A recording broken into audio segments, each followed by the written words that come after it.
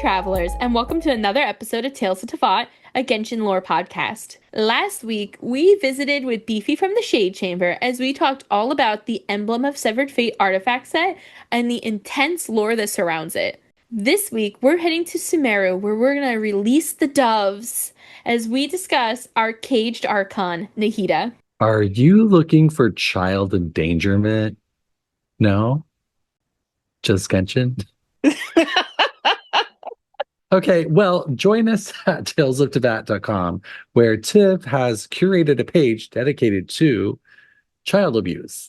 While you're on our site, check out our past episodes and seasons, artist spotlights from the community for every topic, and some other goodies. Finally, feel free to email Albedo at talesoftevatpod@gmail.com to let him know what you think of this week's episode and to not poison him. Has he had, Oh my god, anthrax. Has there been anthrax sent to Albedo? There has been mysterious white powders, and let me tell you, I'm very disappointed because they were chalk dust. And so we have some cruel people sending mail into Tales of Teyvat. I think I might have to ask Kaya to start checking our mail Are for a you few weeks. asking people to send you anthrax? I feel like Albedo would probably survive anthrax, but his emotions can't survive opening crushed himself. But what about me and Tiff? Well, first off, what about me? I'm not going to survive anthrax either. And he's vetting the mail for us, guys. You guys you haven't opened an envelope, okay. have you? No. Okay, so we're good. Albedo vets the mail, but now his emotions are getting hurt because people are sending him crushed chalk. It's like sending somebody a toe. Yeah, honestly it is. So please stop sending organs to Albedo, guys. It's not nice. But you can send mail there to let us know what you think of this week's episode, what topics you'd like to see in the future, and everything else. Additionally, you can feel free to rate us on any of your podcast listening platforms to let travelers know that we are an anthrax-free zone. Much to Feeney's dismay. Yeah. Yes, but we're not free of child abuse, so, let them know. Yes. And orphans. Lots of abandonment issues over at Tales of Teyvat. Abuse. Yes, that poor guy. And it's all from Brandon. So, Yeah, it is. He's like, I'm good. I know I do it. That being said, though, so this week we are going to be talking about Nahida. And before we jump into, Nahida's lore and everything, what were your first impressions of Nahida when you found out that the Dendro Archon was an itty bitty baby with clee ears? I was fine with it. I was into it. I don't know. I was into it. It was good. It was cool. I liked it. I was redonkulously excited because I thought she was the cutest thing ever. But I just loved her little look. And then we saw the video of it was my birthday. Oh God, yeah. Oh. And it was just like, oh my God, what have they done to this child? Abuse. That was such a oof. You go from this smile to the Oh, oh. Are you okay? How long have you been in a cage? Should we call someone? Yeah. Who do you call? Can I call Sino? Yeah, I feel like I was very surprised by the idea of an itty bitty baby Archon until we found out her lore, and I was like, all right, I guess it kind of makes more sense. Just because, it's not like Farina, where Farina was the chosen one. Same with Focalors, right? She was chosen by Egeria. It's very different with Nahida. And it was the first time with Genshin that we really got to meet an Archon that wasn't around for a long time. So it was very surprising to be like, oh, how are they going to handle this? Yeah, she's from the 500 mark, which we all love. Yeah, the one date to rule them all. Yeah. Even further, with the lore, though, because at first we didn't know why she was so tiny either. But then to find out why she's tiny too, it was oh, she's actually not even a child. She's a Guoba. And it was interesting leaving Inazuma to come to Sumeru. Because first off, I was like, why did I cross all this water to just come back? It feels like Inazuma should have been last. But that's neither here nor there. But it was interesting because you knew going into Sumeru that all of the Archons were not the first at that point. So you knew, you met Venti and Zhongli, who were the OGs, and then you met A, who was like kind of an OG. Yeah. Like she was half. She's half. And then you're like, all right, who's this, 500-year-old god I'm gonna meet? And then they're like, here's a bitty baby. Here's baby. Here's your Cabbage Patch Kid, Tiff. But just to go back one little shmishy over to Inazuma, there are people in Inazuma who don't know that Makoto died and it's A. Like, there are people who don't even know that switcheroony even happened because they didn't actually know that there were two. Are you talking about travelers or who didn't read the lore? Or are you talking about the residents of Inazuma? The residents of Inazuma. There's a lot of people who do not know that there were two. I want to say probably the majority of the residents don't actually know that their first Archon died or their main Archon died and the second one stepped in. And their main Archon died 500 years ago, so anyone who is sus about it's over it by now. Yeah. But our lore with Nahida... Well, my lore with Nahida is that I pulled Nahida by accident. How many characters have you pulled by accident? God. 3. And 2 of them are child models, so... 2 of them are in Sumeru. But you don't hate Nahida like you hate Nilou. No, I just didn't want her on my team. Oh, I guess I pulled 4 by accident. Wow. I forgot about Ganyu already. I Makes feel like sense. she's going to have more as this episode goes on. So I pulled Nilou by accident, which was like a real accident because I thought I was on the Albedo banner. Yeah, that was a devastating accident. Yes, we will one day. We all felt that one. We should recreate that for a TikTok. It's easy because it was silence. It was, oh. Then I pulled on the Siegewing banner just once. I literally did one pull on it because I was hoping to get whoever the 4-star was, and I got Siegewing. And I was like, what the fuck? You never give me this luck with characters I want. And then the same thing happened with Nahida. I was trying to get whoever, I think it might have been, I don't know, I want to say it was Sethos, but I'm probably really wrong, and I know someone's going to fact check that, and it's going to be wrong. But I was pulling for someone on the Nahida banner, and it was like, I only did 3 wishes, and I got Nahida. And I was like, guys, you couldn't do this for Albedo? And then, as you all know, Ganyu on the Leeway Chronicle banner cheated me out of a child constellation. So before my lore with Nahida, there was the actual lore of Teyvat with Nahida. And that lore actually starts more than 500 years ago with the rise of our trio of archons, or I guess gods, that were vibing out in the Sumeru desert and then eventually rainforest, which is where we talk about Rukkhadevata, Deshret, and Nabu Malikata. And it just a very quick one sentence on each of those. Nabu Malikata is the goddess of flowers. She was probably trying to create a throuple amongst Deshret, her, and Rukkhadevata. And flowers bloomed at her footsteps. And she was an angel. And she was a Seelie. Yeah. I don't know how much she was trying to make the thruple as much as she was the center of the thruple. She was the throuple, therefore the throuple she was had happening. 2 people loving her. And she was the glue in the thruple. Yeah. The apex. Then you have our favorite desert tyrant, who is like 13 episodes dedicated to him. Deshret, aka the Scarlet King. We have so many episodes about him, like you can go back and listen to them. There's a lot about the Sumeru Desert and Gorabad and all that jazz. So we'll link on the website. Mm-hmm. But you have Deshret, who, eventually ate forbidden knowledge and then fed his body to a pep, which is where I will soon go. Mm-hmm. I've made that contract. Sealed, signed, delivered. I didn't even get to make my own fate. Nope. Mm-mm. Maybe, but what if I have anthrax in me?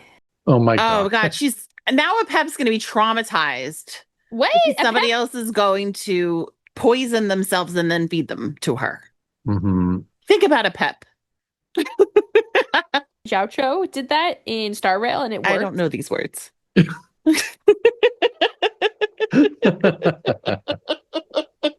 Zhao my favorite fox boy in Star Rail? No, she doesn't know. I have no idea. I don't know what Star Rail is. I've never heard of it.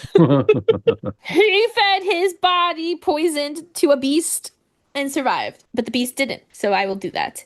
Is he gone you? No, because the beast just drank his blood. Oh. So- He didn't go bathe in his go butt. choke Bathe in him. his butt. But and then your third god living out in the desert at this time, working together with the thruple, was Rukkhadevata. And Rukkhadevata goes on to become the original Dendro Archon. And she was pretty beloved. Yeah. She was. She also creates the Akasha system, which for travelers who don't remember, the Akasha is Google in your ear. It connects you to all of the wisdom that Irminsul has to offer you without a password. But all that knowledge is actually her knowledge too. So she is Google. Oh my God. She is Google. She is Google. But you have to have clearance levels for certain things. So not many people can see all of her Google insides. Ruka to Google. Google. Google Devata. Google That's probably better. Yeah. I love it. You know, as a side note, as those of people who are in our Discord would know him, but Eric Midwest is one of our mods in our Discord. And you know, sometimes it's just easier to be like, why do you think that the sky is blue? And like it's like 2 seconds later, he comes back with like an answer to me, and I'm like, thanks, Google Eric. Meanwhile, I'm just calling him Airwick. Airwick. We love Airwag. Airwick, yeah. Woo! But yeah, so then Rukkhadevata, eventually perishes during the Archon War 500 years ago. Our favorite stamp on the timeline. Yeah. Ish. Ish. Yeah, because she was probably a little bit after it. Because she did not go over to the ground zero area. She stayed over by Irminsul to protect it from getting infiltrated by the abyss. So she wasn't over where Makoto died or Egeria turned into a puddle. There was already like this problem with forbidden knowledge corrupting Irminsul back from the Deshret days. And she was like, I'm doing great. Like I used so much of my energy. Like I shrunk down to a little kid and I'm protecting Irminsul as little baby. Then the Cataclysm happened and she was like, oh great.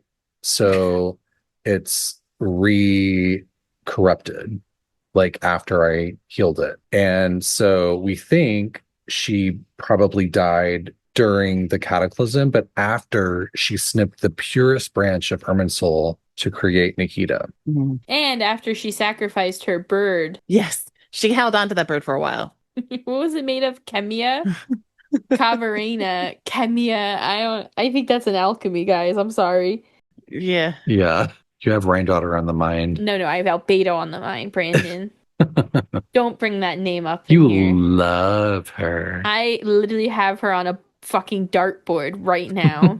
What if Raindaughter is Albedo? She devoured him too. Oh no. No, he's right there. He's like he's a mimic. No, I can see him in the corner of Angel Share right now with a letter opener. God, believe me, Gold's not using a letter opener. Except to pierce your heart. Anyway, so Cavarina. cover. She shook. So Nabu Malikata, before she perished because she was giving up on the thruple, had taken all of her Kavrina energy and put it into a bottle, basically, and was like, take this, Rukkhadevata, you'll need it. And Rukkhadevata was like, yes, this is my bird now. And this bird will sleep until I need it.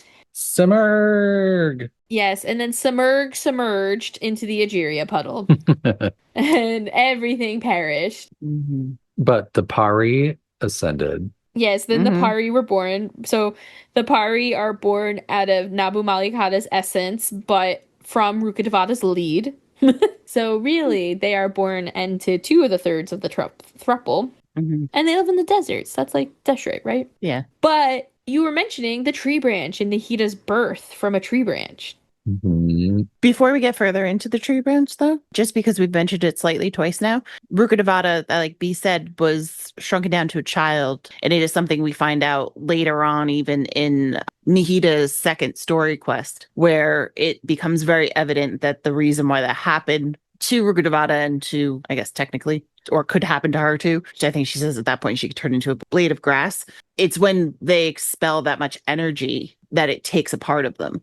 So Rukkhadevata, by constantly trying to save Irminsul, actually dwindled down into an itty bitty. So that's why Nahida's a little itty bitty. So it's not necessarily that they're a child, they're just smaller. And like I said a little bit about the Guoba if you remember from our, which one is that? The Guili Assembly. Yes, the Guili And the Assembly. Zhongling Oh yeah, episode. and the Zhongling episode. We talk about Guoba and how Guoba actually did a really big thing to save the people of Liyue, and that's why he's a little Guoba and he doesn't really remember anything.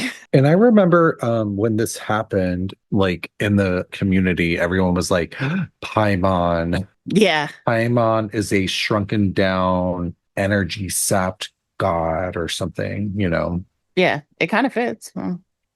But yeah, so Irminsul, but Rukkhadevata took the purest branch of Irminsul to create Nahida to kind of continue on her legacy. She basically made her own successor. I guess you would say it like that, right? Yeah, I'm still stuck. I didn't really, I don't think, fully comprehend the fact that Rukkhadevata was also little at the end. Thought that that was just coincidence. Oh yeah, I think she was little for a while. I didn't realize that, which is kind of crazy. Yeah, she used like her power plus other stuff to like shrink herself to cure the corruption of Irminsul after Deshret. So she's been like a little kid since the Deshret days. Mm-hmm. But she also didn't look like Nahida, right? Like she looked. No, I think she looked like Nahida. Yeah, I think that's like what baby Rukkhadevata looked like. Oh, I thought during the Archon Quest when they meet and they hug, she was like, I look like this because you wouldn't know what I looked like. Is that because she's not showing herself as Rukkhadevata? Maybe.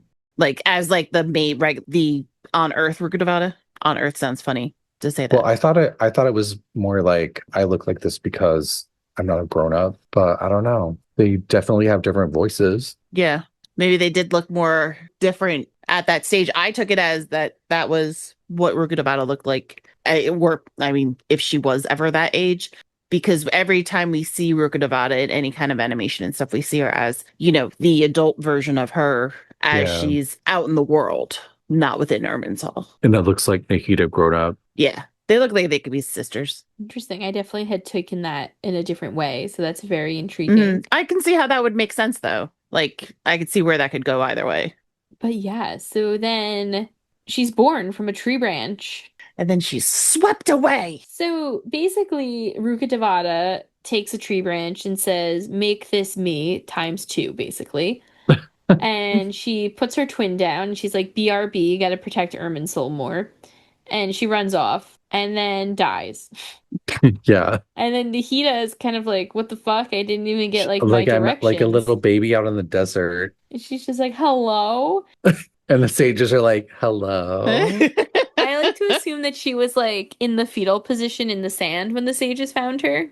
Yeah, probably. So the assumption is basically that the sages went out to see what the fuck happened in the desert. And if you're curious who we mean by the sages, we are talking about the 5 sages that run the academia. So if you remember from, I guess most recently it would be our Feruzan episode. We talked a lot about we our haven't done Layla. that one yet. Oopsies. I was like, shit, I slept right through that one.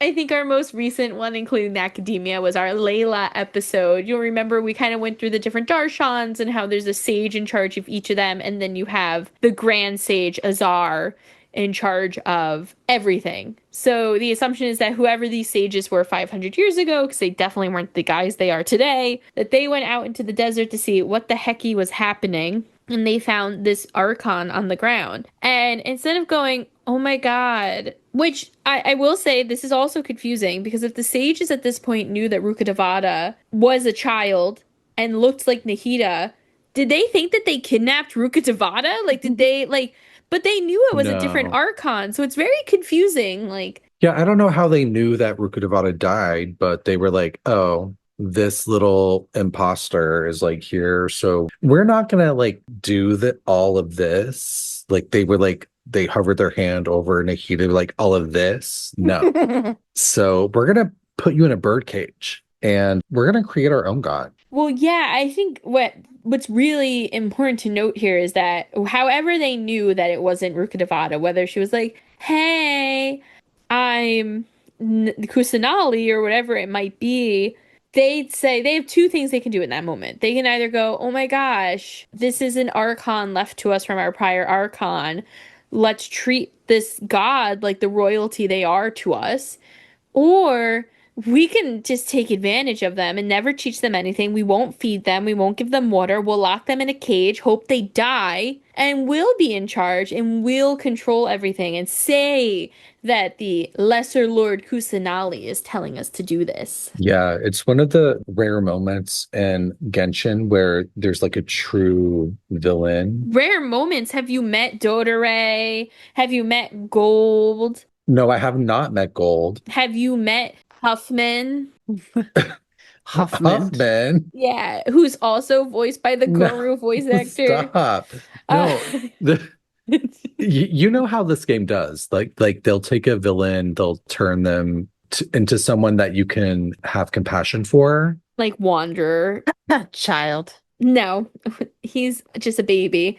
Wanderer, however, they definitely did that with. And I'm sorry, but you know they're going to do that to Dottore at some point. Not in my head. There's going to be some really sad Zandique story out there. Yeah. And then I'm going to go, remember when he killed his best friend and research friend as Zandique? But it won't be true anymore because there's going to be some explanation. I'll remember the truth.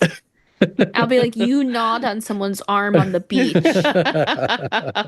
You freak. Oh my God. And then I become the villain in his story.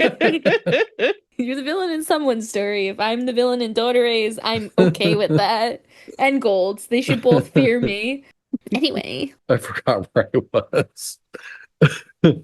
The sages wanting all the power. You said they were the one true villain. Yeah, they Yeah. were actually villainous. Like no redeeming qualities, Yeah. like villains. Like we could all agree they were evil. Yeah. And you know what's crazy is half the sages stay that way for 500 years. Yeah. They like pass down the villainous. Uh-huh. Except in Yeah. Emerta. I mean, you think about it, like they had to know that they had an Archon in a fucking cage. Like a good person doesn't go, okay, I'll just leave that be. Yeah. Do you think that Cyrus and Naphis knew that? I don't know. Now, we know that Cyrus isn't a sage, right? Also, like, how old is Azar? I guess just Naphis. Like, do we think Naphis knew about that? Because Cyrus isn't a sage. He's just Sino's dad. But in my head, he automatically becomes a sage. Yeah, he's just a professor. But Naphis is a sage. Now, we do know that Naphis gets locked away because he's anti-making a god. But I would assume he didn't know about Nahida. I think if he knew Nahida was locked away, he would have been locked up before Tinyari even became his student. Yeah. And you asked how old Azar is. I think Azar is a normal human. And I think that I think whoever becomes the Grand Sage just is like, here's all of our villainous stories. Inherited evil. Wow. So Azar might be someone they can come back to and be like, he was a good kid. And then he became a sage. It's like, and Dottore. then, yeah, like, no, you almost got me. Look at this, though. Azar was the grand sage of the Sumeru Academia at some point after Greater Lord Rukkhadevata's death. He and the other sages wished to have a new and proper god after her replacement, Lesser Lord Kusanali, was a disappointment in their eyes. This makes it sound like he's 500 years old, like he was there. I think it's just saying that the sages are fed up with the birdcage and that they want something new and they want something powerful.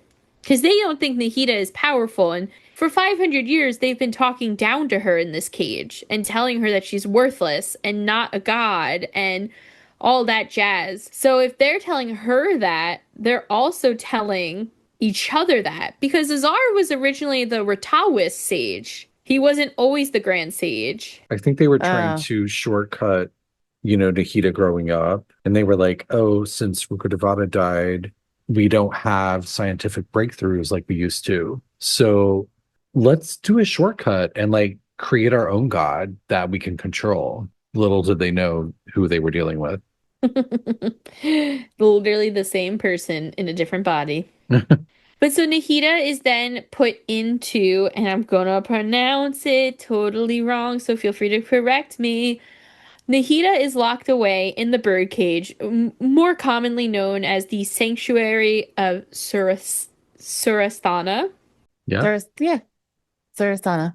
That is the highest point of the highest tower. No, it's the highest point of the academia. And it's always there, and people know that their Archon is in there. but that highest. she's not to be. It is. And by highest, we mean mushrooms.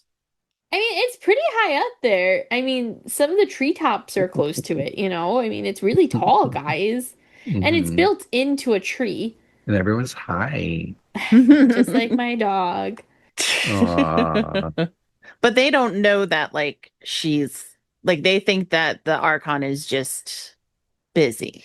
Yeah, she's vibing in there. You She's know, busy. She don't have time for you people. she's doing crosswords. Yeah, they don't know that she's a prisoner. Yeah, they just think that, oh, this is what's happening in our lives. We never see our Archon. This is what it must be like everywhere. And Nahida is depressed. She has terrible self-esteem. I don't think she had bad self-esteem. Yes, it is very clear from the beginning that when you meet Nahida that she doesn't think that she's a good god, that she doesn't think she could be a real god, that she doesn't have faith in her own powers. Yeah, she doesn't think that she's a good god, and she also doesn't understand people and feels that while she is very concerned about willpower, not encroaching on other people and stuff like that, she doesn't understand people. And I think that that's actually part of her problem too. Like, I don't even understand these people. How can I be their god? And now they've locked me up. She has bad Archon self-esteem. Yeah. She's a smart little whippersnapper, though. You know, being the god of knowledge. Whippersnapper. Whippersnapper. So prior to going to Sumeru, though, we get sidetracked as we do, and we end up in the Golden Apple Archipelago for the second time in our summer event from that year. This is the summer event where we have all the different dreamscapes almost. So we have Fischl's Castle. The best one, yeah. Yes, we learn about Kazuha, Jinyan. We get to see Jinyan with her hair in a different style, but only in a shadow. We see Mona. We also know that Klee is hoping to go there and hang out too. And Alice and Venti have given us this Dodoko communication device. We are assured that it's not a bomb and that it is a telephone. And Venti's like, basically, while you're at the archipelago that I created with my wind many, many moons ago, because I didn't like the way my mountains looked, we can communicate from here because I can't leave. And I'm also having an allergic reaction to a cat. So we go off and we do all this archipelago stuff. And right before the quest ends, somebody hacks our Dodoko communication device, which is terrifying because now is it a bomb? Also, the Archon Venti is running this device and someone else is hacking it. Who are you? The assumption is that the hacker is none other than Nahida. And there's a lot of things that kind of go into why they think it's Nahida, but I think the most interesting part is that we later learn that Nahida can read minds. Not read minds. Well, she can read minds. She can see your dreams and she can take over your body. Yeah. And we know that during this time period at the Golden Apple Archipelago that the Fatui were creating a machine that would create all these different like castles and domains and things. And it's suggested that a god helped them with it. And this like little Dodoko communication person who's hacking us kind of giggles and is like, yeah. So a lot of people think that Nahida helped them make this machine to show off the dreamscape. No. Yes. No. Brandon, no. They think that she helped because she didn't realize that the Fatui were bad. And let's be real, the Fatui weren't really doing anything bad in the archipelago. Well, I guess maybe, yeah. It was like a way for people to see their deepest thoughts, you know? And I think Nahida would want you to see that. But there is a suggestion that she helped with that. It is suggested that she is the one who talks to us in the communications device. Because when she hangs up, like, I think there's like a dendro symbol or something that pops up. I'm still stuck on you guys saying that was the best summer event because I really think Simulanka won it. I'm like really still stuck on that beginning part of your entire sentence. You're like, it could have been the Archon. And I'm like, really? You don't think Simulanka was better? I listened to the whole thing. I know what you were saying, but Simulanka was good, but did I you don't see the know. little toy guys and the little paper hamster? My favorite summer event is the only one I didn't get to play, if I'm being honest. It's the first archipelago quest. That one was cute. You get Diluc and Kaya together being forced to ride on Dvalin together. You have Albedo abandoning the crew. You have Razor, like they're all trying to protect Klee. Jean and Barbara get the cutest fucking outfits. That was the summer event. I think that we figured out why that one's your favorite, though, by the first three mentions. Kaya, Diluc, and Albedo. I actually mentioned Dvalin prior to mentioning Albedo. Just throwing it out You have there. a biased opinion on that one. Yeah, but Albedo was in Simulanka, and so was Kaya. Yeah, but they were minor in But they were comparison. there. Don't take it Well. away from them. They have Don't credits worry, on I that won't. movie. They're credited for that episode.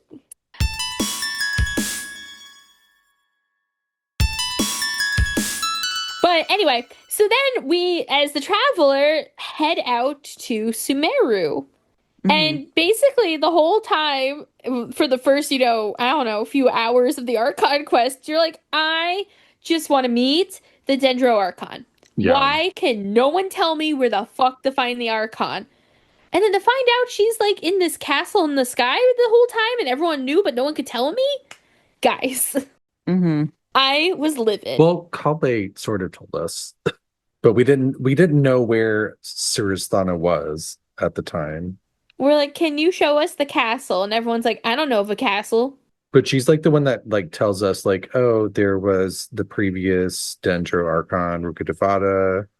She did all this stuff. She created the Akasha system, blah, blah, blah. Then you have Lesser Lord Kusanali, and the sages found her in the desert after Rukkhadevata disappeared during the Cataclysm.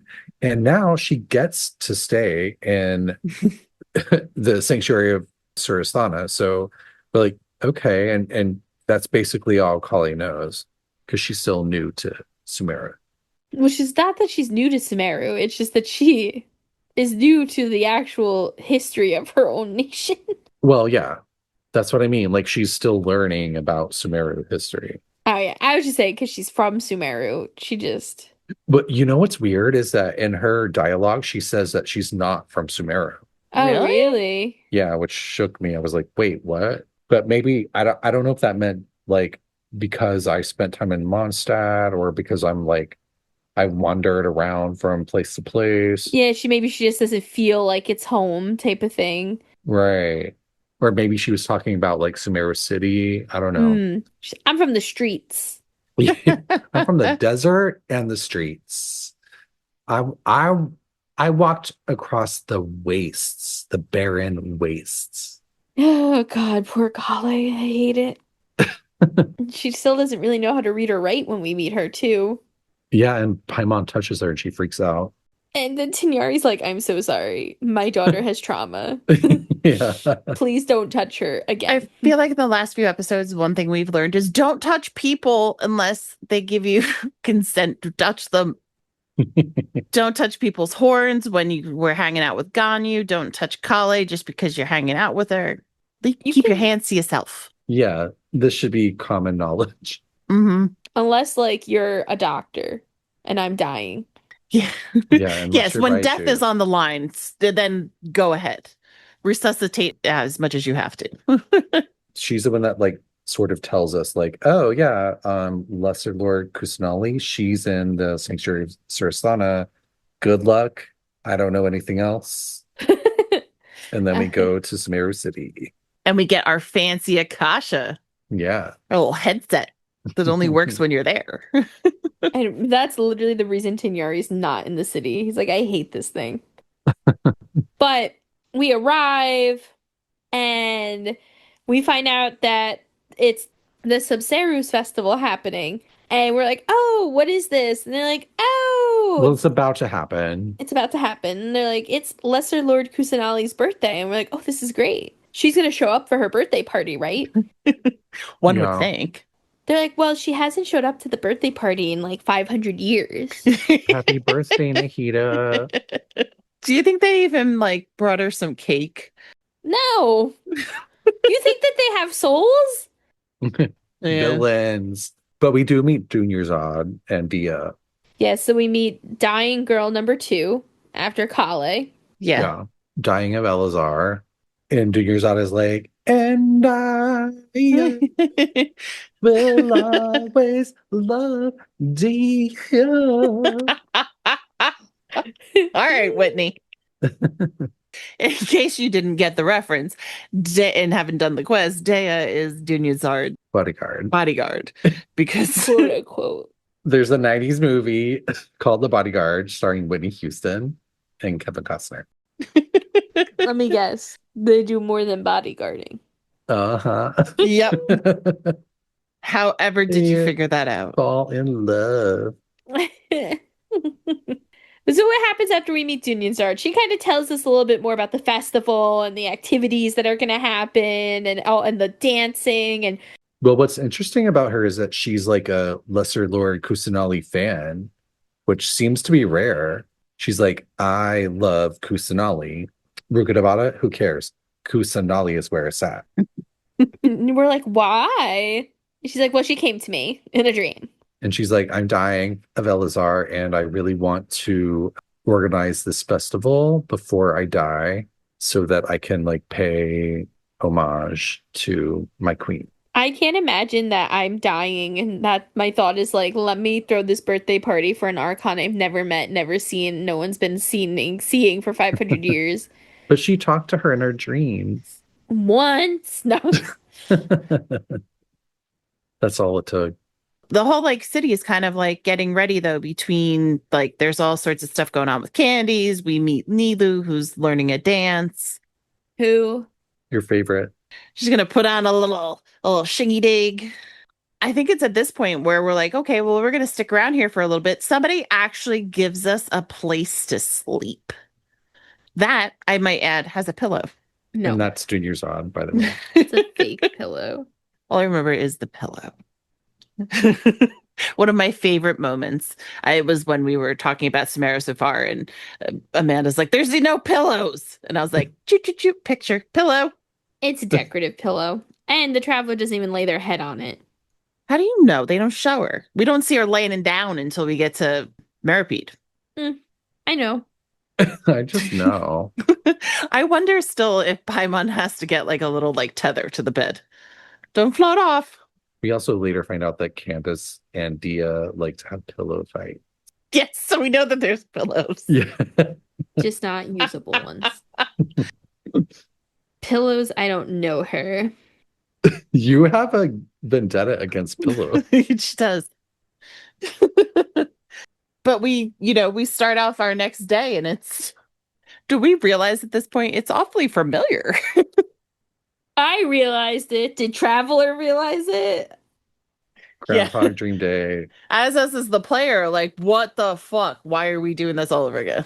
First, by the way, we go to Port Ormos and we meet Alhaitham, and we find out that there's this weird extremist group of Eremites who stole a knowledge capsule. We find out what that is. And then the Eremite leader uses it and goes berserk. And then Alhaitham stops them and he gets the capsule. And then we go back to Sumeru City. And then it's time for the Sabzeruz Festival. And then we swoon. You forgot about the swooning. When did we swoon? I swooned. Oh, Alhaitham. Got it. Yeah, I was like, oh. Wait, he was with us?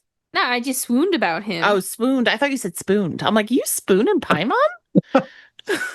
So confused. You spooned Alhaitham. How I dare definitely you? spooned Alhaitham. Did you knock him to the ground and be like, let's just cuddle? Just cuddle with me. Like, do you just have a second? Kabe's not around. I just need some comfort. Oh, doing Kabe dirty. Oh. Not me, Alhaitham. He's wrecking his own home. Oh, okay.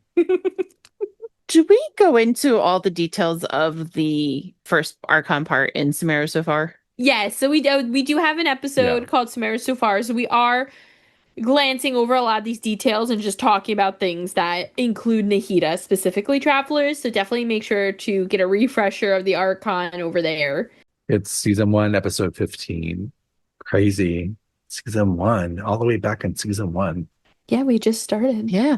That was 100 episodes ago. We launched with Sumeru. That was the fun. Yeah. Yeah, so there's a lot of pieces though that go to this whole Archon part that are important, but like the Sumeru's festival is probably the part that's most involving of Nahida because it's the celebration of the birthday and stuff. But we have this like things start to get a little bit like weird. Like as the player, you know that you're redoing things obnoxiously. Yeah. A lot. As Traveler, it takes a little bit. But a Traveler actually does figure it out though, right? Like it's not that we're told like Traveler's like, I'm having deja vu like all the time. like, I feel like I've done this before. Traveler's like, I'm literally gonna throw a fucking brick through the next person that asks me to figure out where the candy is. Yeah. But this is when Nahida actually finally talks to us too. But like not as Nahida. No, it is as Nahida. Oh yeah, because nobody knows what Nahida looks like Right. at that point. You know what? I get very confused and I apologize for it, but I get confused of what we knew before and after. Yeah. And then after again, because there's so much timey-wimey. Like, it's not even timey-wimey. It's completely... Yeah. And it's we're going to cut things and you're going to know this and then you're not going to know it. And then only you as the Traveler know it. It's a lot. Overly complicated, just like Penacony and Star Rail. Oh my God. Who are these things? What are you talking about? I don't know these things. I know about Dookie. I know that Nahida told me that if I couldn't understand something I know about Dookie. I know about Dookie. She literally tells us that we should go and have a shit to be able to clear our minds, to think about it and figure it out. I'm like, is that gonna release me from Groundhog Day, Nahida? Yeah. I'm so dazed. She's like, I've heard that, people really they relax when they just have a Dookie. They have a moment of clarity. I don't. I'm even more stressed out typically. When you poop. Yeah, I'm like, why is this happening to me? Freud might have a few things to say about that. I mean, I'm sure my doctor's anal retentive. Yeah. Yeah. I just want to lay in bed. I don't want this. How do we get here? I don't know. I really don't know. It was all about the Dookie.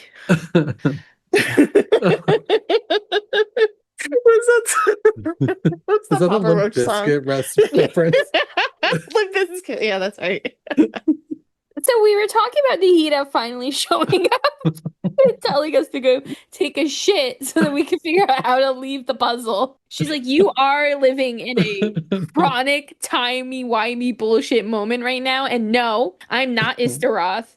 I am not the time goddess.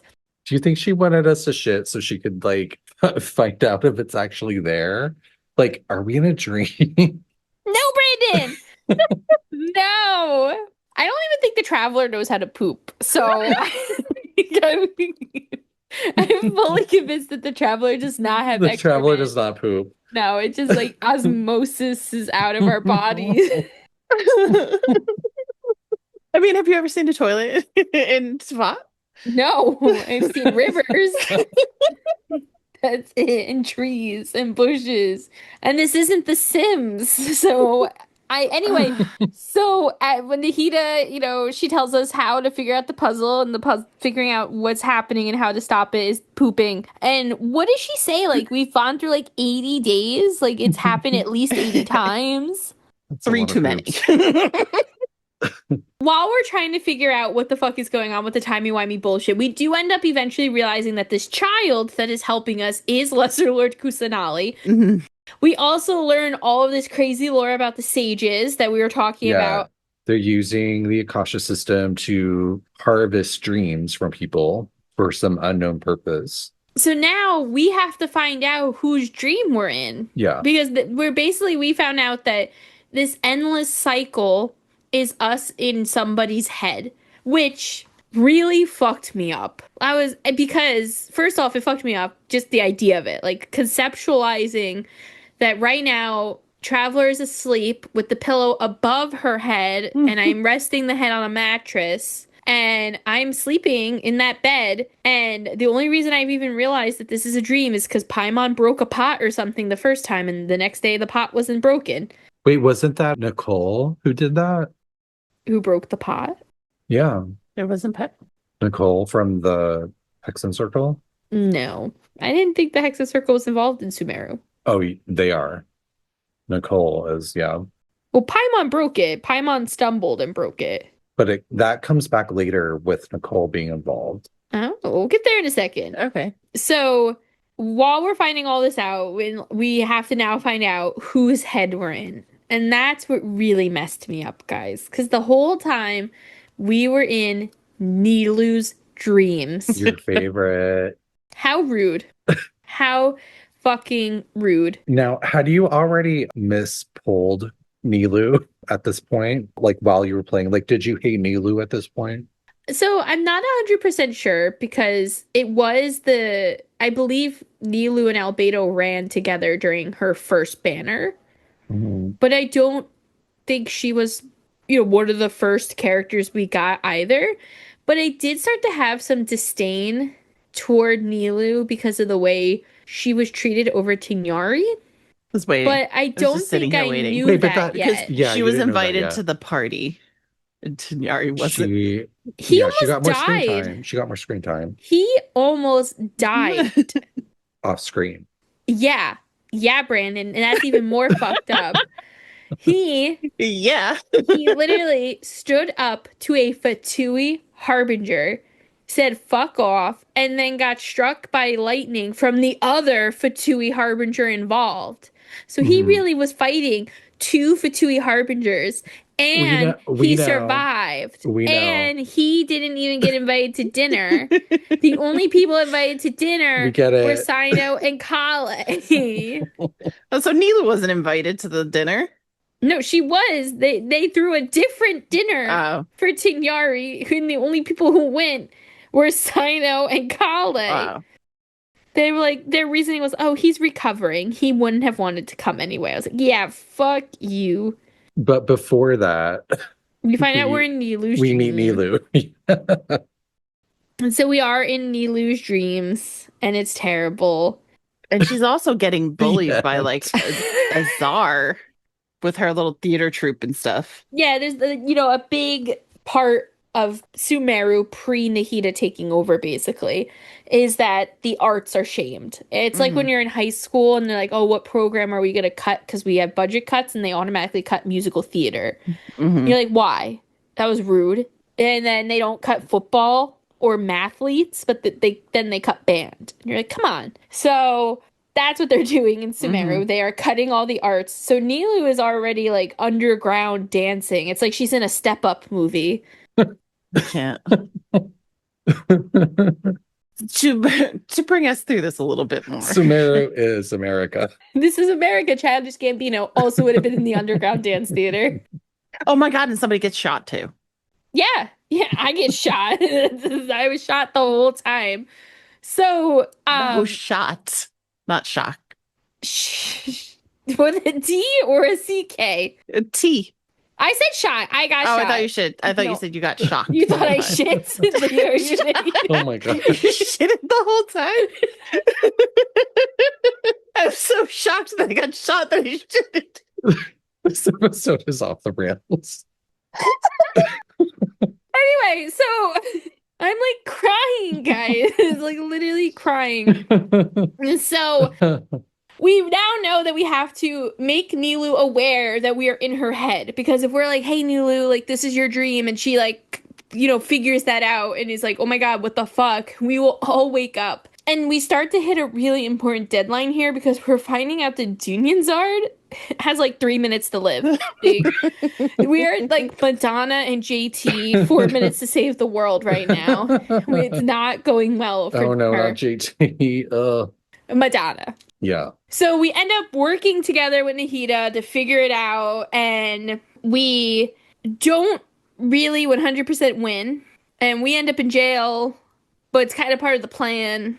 And long story short, we learn what's happening, and we figure it out. We loop Tignari in. He almost dies. I won't get into it again. We loop Sino and Candace in. There's a lot going on, but long story short, we find out that the sages are using the Akasha system to harvest dreams. Yes. We find out that we're, in Nilu's dream, and like when she wakes up, we find out that Nahida was sort of saving Dunyarzad's life because she was dangling by a thread. Mhm. And Nahida's like, great, saved her. We're going to do this. We're doing great. We know what the sages, well, we kind of know what the sages are up to, but we don't really know. So we're going to figure that out next.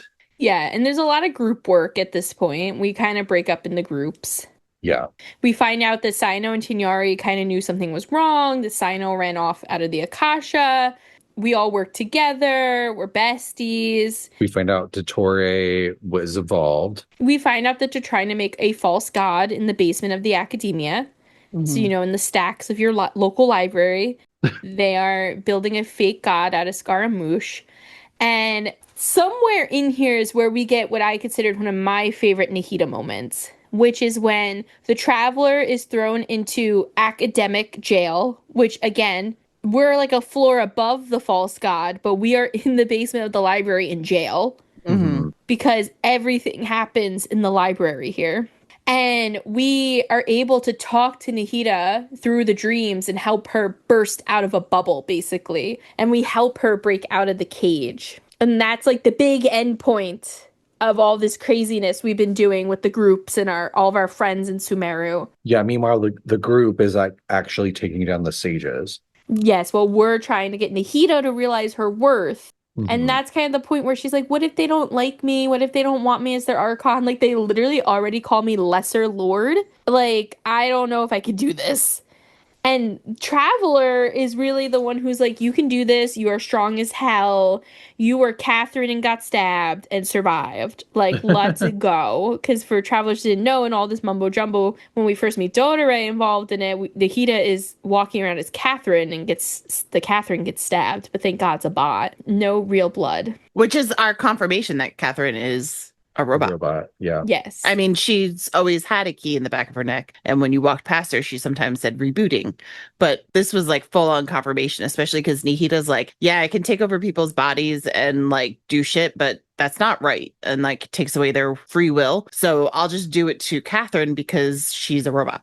Do you remember when they like put out the trailer for that release and you see Catherine getting stabbed and you're like I felt so protective of Catherine. It's like, not my robot. No.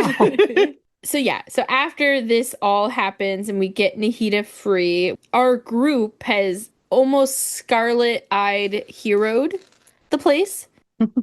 We have taken over. We are now the masters now. And we go after, Scaramouche, the false god. Well, Nahida is, yeah. Well, yeah, but, Al-Haytham is, like, all of a sudden the Grand Sage, and Sino's like, maybe I'll be Mahamatra again. Yeah. And so they're all taking their places. They're all like, I'm ready to lead and take over these points. And Nahida's like, we're going to do away with the Akasha system. This is not working for our society. Yeah, but we'll figure that out once we defeat the false god in my basement. Right.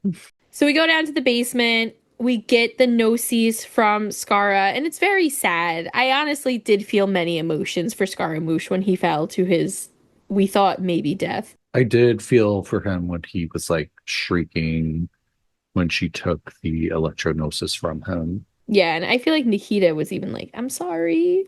Yeah. You will be my son soon, don't worry. And so, with the help of the electrognosis, we are able, well, not we, Nahida is able to, quote unquote, meet the memory of Rukkhadevata. The final memory of the last memory of Rukkhadevata. And that's when Rukkhadevata is like, you gotta make me go. You have to Control Alt Delete me in Irminsul. And this is really our first look as a traveler and as a player at the fact that Irminsul can be adjusted. This is also where we find out, like, Nahida basically says, I'm pretty sure she died during the Cataclysm, but I don't know, like, we never find out exactly how she died / sacrifice herself, because Nahida's like, she probably sacrificed herself to save us during the Cataclysm. So we're entering like a memory of Rukkhadevata's, but the real Rukkhadevata is dead, but we don't know how she died. Yeah. And they never really clarified that. Like, did she, while she was still in child form, did she sacrifice herself by channeling all of her remaining energy into cleansing Irminsul during the Cataclysm? Because that's sort of my headcanon. Yeah, that's kind of what mine is too, that she was using all this energy to do stuff, and then it had to have taken some amount of energy to make Nahida, Yeah. even in a bitty body. She snipped the branch and was like, okay, I'm going to lay some clues out for you to find me later, or to find my last memory later. Mm-hmm. But then I'm going to sacrifice myself to hold off the corruption for as long as possible. Mm-hmm. And this is probably, this moment in this memory that Nahida enters is probably like the most devastating thing for her.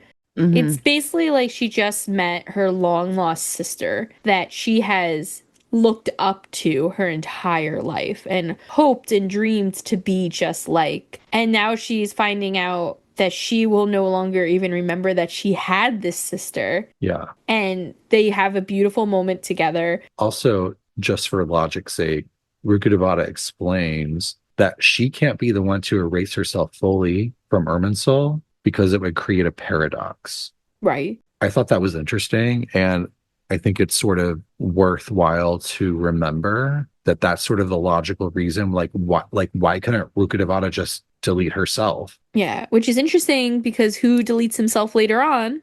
Uh-huh. Scaramouche. Exactly. But Nahida, so she does control alt delete Rukkhadevata. And so the world now believes that Rukkhadevata never existed and it's always been Nahida. And the reason that she does this is because Rukkhadevata cannot fully eradicate forbidden knowledge. If she's around. Right. Forbidden knowledge was introduced by Deshret. So she did everything she could to erase it that time. Then the Cataclysm happened and she was like, I guess I'll kill myself to erase it this time. But she knows that she cannot fully erase forbidden knowledge as long as she is within Irminsul. Like, Irminsul remembers everyone's memories. Like, it takes memories, it pollutes itself with memories. So if someone knows about forbidden knowledge, it's going to always be there unless they're completely eradicated from Irminsul. Which is very intense. Mm-hmm. Yeah. So Nahida ends up totally forgetting about Rukkhadevata. But you know who remembers Rukkhadevata in the morning? Me. Mm-hmm. And me. Yes, the actual traveler does remember. Yeah, and Traveler takes Luminor Aether, like, take a very big stance on, I'm what she wanted and I'm not going to tell, basically. But at the same time, she's like, so Paimon, what do you think of like, Paimon's like, are you on crack? Yeah. What are you talking about? It's only been Nahida, baby. But it's also like a big moment because when she does that, when she erases Rukkhadevata from Irminsul, it does eradicate the forbidden knowledge, which means that the Withering and Elazar are cured, which means that Kale is saved and Dunyarzad is saved. Poor little Elazar babies. And the Sumeru people can dream again. Because they all talk about dreams. They're like, I had a dream once. It was great. I was a kid. Yeah. So now, after all this happens, you know, we end up going and meeting up with Nahida at the birdcage, and we find Dottore there. And this is when we fall unconscious. But when we wake up in the morning, we are informed by Nahida that she convinced Dottore to get rid of all of his segments as long as he could have the Gnosis, which we're like, God damn. Yeah, we fall unconscious because Dottore shows up with like some weird audio signal that makes us fall unconscious, but it doesn't work on Archons. So Nahida's still awake. And then they have their negotiation, and he negotiates like exchanging the Electrognosis for deleting his segments and the Dendrognosis for telling her about the fake sky / descenders. And that's when we all were like, a descender? What? Yeah. What do you mean? Yeah. I'm number 4, and my sister or brother is not one, because apparently the Fatui has like a dossier on us, and they're like, oh, the sibling just one day appeared in Conria and is not a descender. And we're like, what? And nowadays I'm just like, haha, they're not important enough. Sucks to be you, sibling. Well, the new lore drop slash video kind of implies that Istratha was like, I was bored, so I decided why not.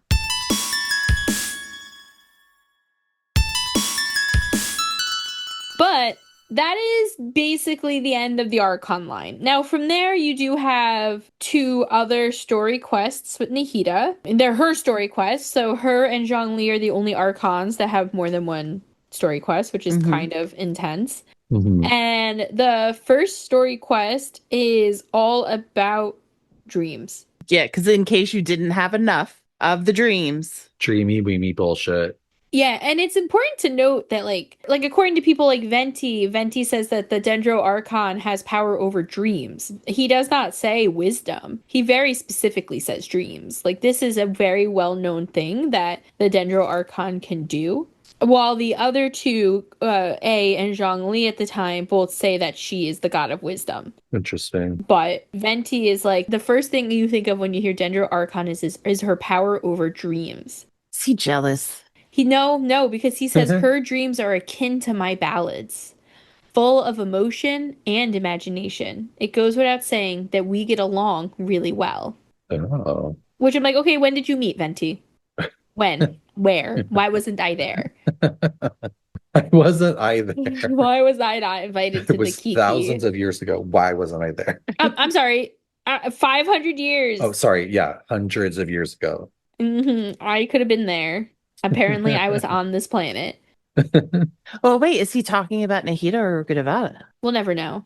Because it could have been thousands or 8,000. If it was Rukkhadevata. Yeah, if it was Rukkhadevata. Well, how long has he been an Archon? He's been an Archon since the Archon War. So he's been there for a while. 2,000 to 3,000 years. So his voice line about Nahida does not appear until after you finish the 5th act of the Archon Quest, which is the final act. That makes it seem like it could have been Rukkhadevata and he didn't have the thought about Nahida beforehand. We don't know. We'll never know. It probably doesn't matter either, We'll but never know. Story quest number 1 is all about dreams, and story quest number 2 is all about a pep. Number 2. All right, Dookie Brandon. Yeah, I mean, the story quest number 1 is, like I said, because it goes through the dreams again. And basically, we get into this whole thing of people are so excited that they can have dreams again. So they have a little group that they talk about their dreams. And we're like, oh, let's go see what people are talking about. And there's some sussy shit going on. It's sort of like a grief group. Yeah. Oh, yeah. They're all dreaming of like their dead loved ones, right? Yeah. And we follow one of them up, Inman, because like Nahida's kind of sus of it. Like if something must be going on. And we follow Inman up to this mountainside because he basically has said that he has this dream of his dead wife and that they continue the conversation every time. And she's just like, that doesn't make any sense. Like dreams aren't logical. Like there's not a continuation. That shouldn't actually happen. So we go up there with him and basically like we get to the top of this mountain because he's like, this is where I meet her every time. And he just starts talking and we're all standing there like, what's he doing? Like we don't see anybody, but then it like shows his perspective and he sees his wife. He almost like falls off a mountain because his wife like runs away when he introduces the Archon. Sus again. And we kind of like stop him from dying and we find out that he's sleepwalking. And she's like, we got to just leave him and let him sleep. She goes on to just kind of like go back to that whole, it's like not typical that you'd have a continuity. And she said, usually you're influenced by outside influences. Like if you're thirsty, you may dream that you're in the desert, that type of thing. And this is more of like, I'm kind of fast forward into my favorite show and just rewatching it and having this conversation. So like, he tells us like, I was talking to my wife and then she was gone and I don't know what happened. And then here I am. So like, we kind of go back to the group and he is like, they got to stop having these dreams. And we tell them there's something going on. Whatever you do, tell everybody, just chill for a bit on the dreams. And we realize that Kathia is missing one of the people that was there. And we end up finding her surrounded by monsters and almost getting killed. And she's basically having a dream about her professor who gave her a plant. Sus. She gave her this plant and said, when the plant blooms, I'll be back. And Nahida's like, that plant won't bloom. Like, I know that plant.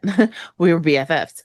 And that professor like cultivated, it's a new type of plant, and it won't ever bloom. So she's like, I think that the professor did that on purpose because she knew she wasn't going to come back. She knew she had to go do some business that was going to be risky and all this stuff. And she's just like, I don't know what I should say. Like, I don't know how to tell this lady this. Like, is that going to make her sad? Like, basically, Nahida learns empathy.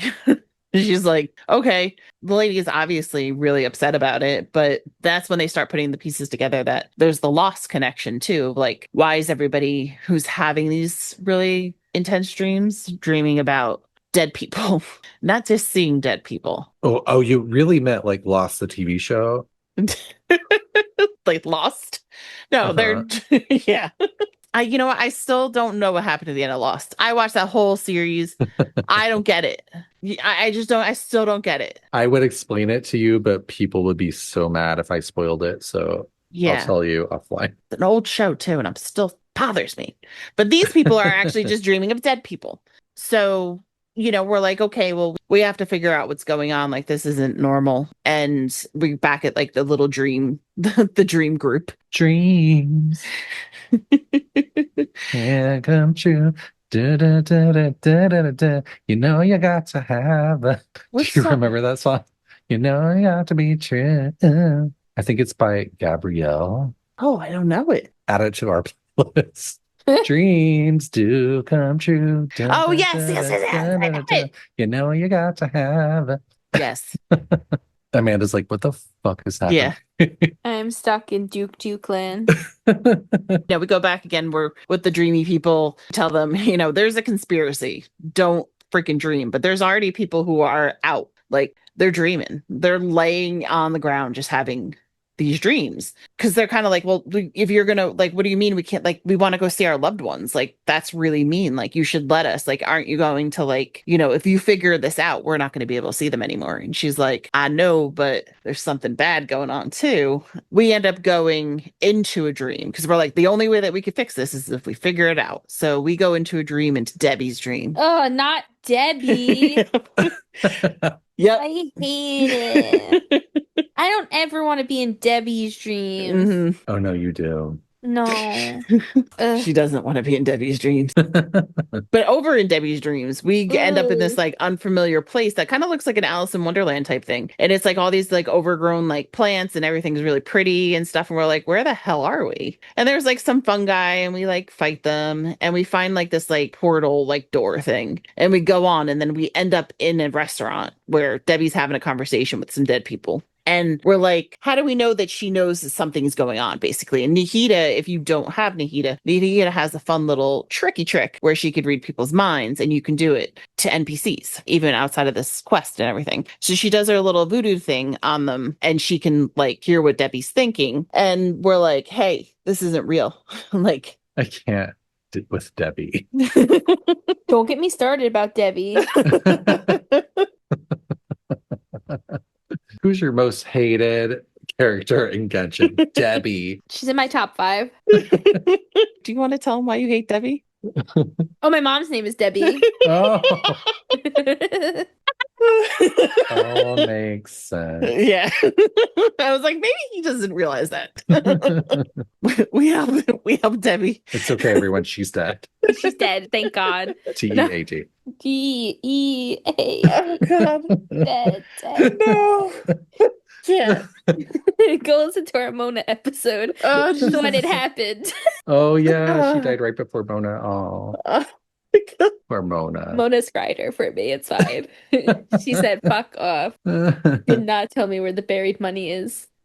Oh, wait, buried money? Did your mom bury money? She's a drug addict. There's probably money in a mason jar in the ground somewhere. It's like in the walls. Yeah, but what walls? Where? Oh, that's a good question. Like, where did she live the longest while she was fine? In my nightmares. In Debbie's nightmares. Debbie's nightmares. Yeah.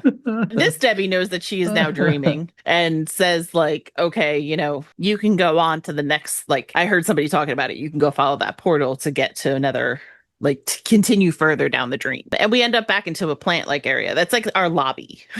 And now there's more people to fight. but they're a little bit more aggressive. Like every time we end up back there, it's just a little bit more. Mm-hmm. And then we end up with Ilman again and his mountainside dream with his wife and his daughter. And he's like, hey, I didn't expect to see you there. And we're like, hey, we're real people. You didn't make us up. Like, we infiltrated a dream and you're dreaming. How do we get out? How do we get further? And he's like, there's a hole that way. Never listen to a man telling you the way a hole is. Hallelujah. They don't know the answer. They're either going to point you in the wrong direction or point you to a glory hole. Oh, you've been hanging out at the twink tank for way too long. So we end up in the plant lobby again, more aggressive people.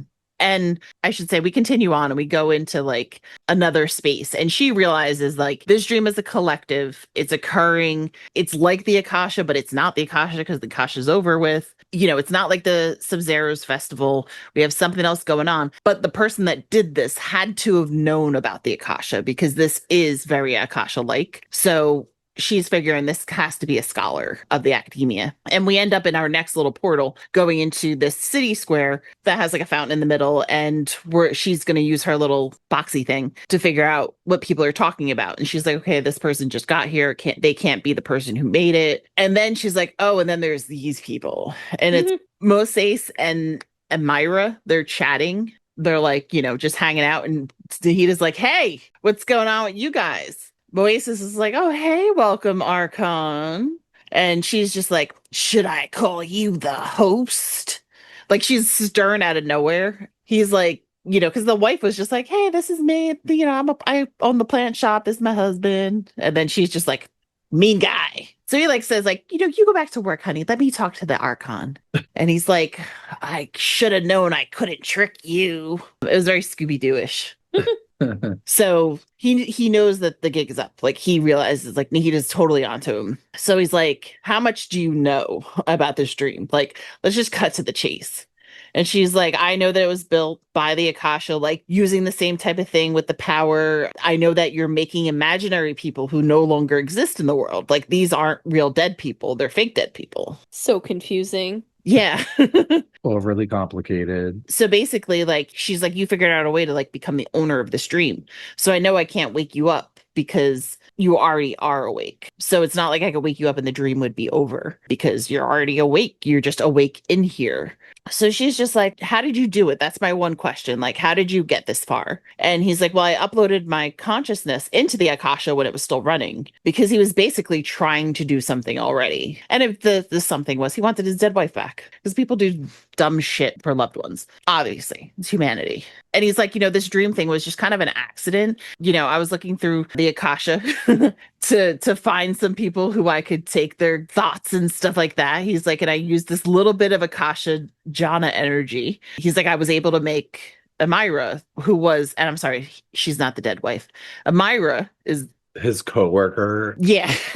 They're acting as husband and wife in the dream, but she's not actually his wife. It's so creepy. Yeah, it's very creepy. It was a girl he had a crush on, and he fell in love with her. We don't know if she fell in love with him, but she died from Elazar. It's giving incel vibes. Seriously. So he's like, I needed more people to perfect Amira's personality. Like she wasn't completely like human. So he's like, I started looking through the database of people that were on the Akasha system so I could make her more real. And like he implanted them with a little device so he could kind of like get their empathy. So this is all the people who have been falling asleep out on this town square. He's like, well, after the Akasha then got turned down, I got kind of got stuck in here. So I didn't have an energy source anymore. So then I realized I could use the people as my energy source. So the only way he can keep his dream world going is if there are real people in there. And he doesn't see anything bad about it. He's just like, people are here. They're going to hang out with their loved ones. They're all happy. What really could go wrong? And the people are like, yeah, like, why are you going to take us away from these people? And she's just like, well, I know that you're just trying to turn them against me. So this way I like, you know, they're against their Archon. She's like, I know what you're doing. And he's just like, no, I just want people to be happy and you don't. No shit. And yeah. And she's like, you know, you could have been the next grand sage. You could have been a great sage of the next generation. You could have done all this stuff. You were obviously very smart, but you broke one of the 6 cardinal sins of the academia. by attempting the forbidden and fearing none. And being a little bitch. Yeah. And that's the 7th sin. They should have put that in there. This is why I should be in charge. Uh-huh. And if you don't remember that, academia has 6 cardinal sins. We've brought it up in a couple episodes, and it's kind of like because these people have a lot of power when they're researchers in the academia. And just as a little reminder, they can't interfere with human evolution. You can't tamper with life and death. You can't delve beyond the universe. That sounds a little Celestia to me. I do that every day. You can't investigate the origin of words. No phonetics. Yeah.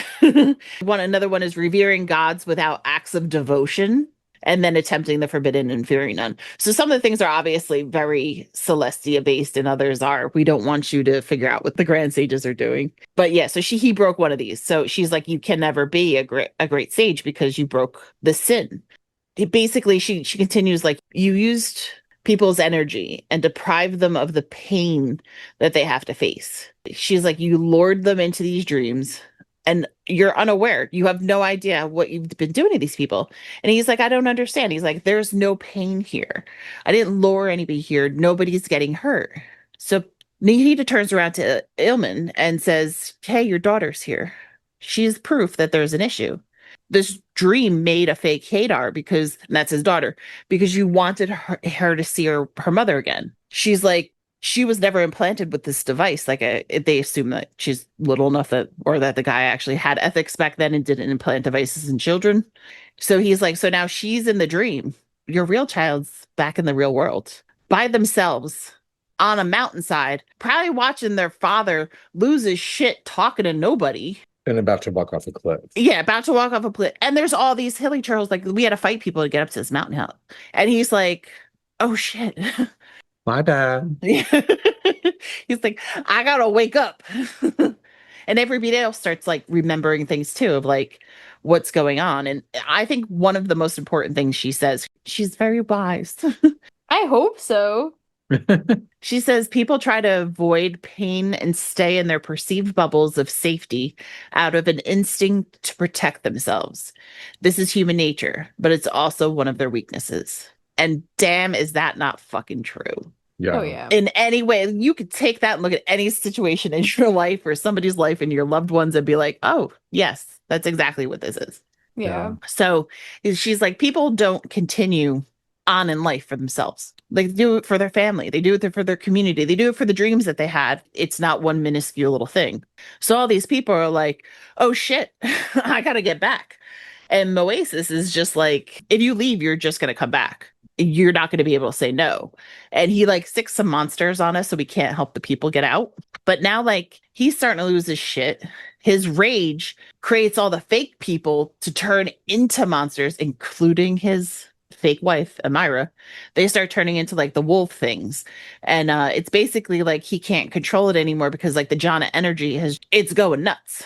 So he's like, the jhana energy, as soon as it's used up, the dream's gonna stop. Just let me go with it. Like, I just want to die. And Nahida's like, oh, you bitch, you think you just did all this to all these people and you think I'm just gonna let you take the easy way out and just die? I don't think so. She's like, I'm gonna put your consciousness into a capsule, and then I'm sure the academia kept your damn body. I'm going to stick it back in you, and then we're going to go to trial. Like, this is not the way it goes. Like, what are we, in Fontaine? But the one interesting thing, and I've never figured this out, she does see a shooting star when she's in this dream. And we're like, what's up? And she's just like, nothing. And then it just continues on. And I never knew what the shooting star was. And please, if anybody knows what it is or I missed something, please tell me, because it drives me crazy. I don't know why why that was a big thing. Like, they made a point of it. It's Debbie. It's Rosa. And I mean Beanie's mother. Yeah, no shooting stars were there. More like a burning meteorite from hell. Meet the 13th captain of the Ars Goetia. Oh, God. Well, we wake up all the people. We bring them back down to the group. We're like, hey, all these people are going to wake up and come back here. Like, take care of them. And we go over to the academia and we got to figure out where we got to stick this capsule. It's like an enema. I'm like, here you go. Well, oh. Well, I mean, I was not expecting that. You got to get a capsule in somebody who's asleep. I'm sorry, Ted. Do you have experience with this? Yeah, are you popping enemas in people's asses like while they're sleeping? While they're asleep? Just don't ever share a room with me. This is Fine. Oh, I've done that. Now I'm terrified. You wake up Did you wake- refreshed. Yeah. Refresh? Did you wake up empty? I don't know. I mean, Nahida says when you empty out, you get clarity. So we go to this researcher. This researcher says, oh, there is an unconscious dude left in the academia who's been unconscious from improper use of the operation of the Akasha. And he keeps shitting. Yeah, he's shitting.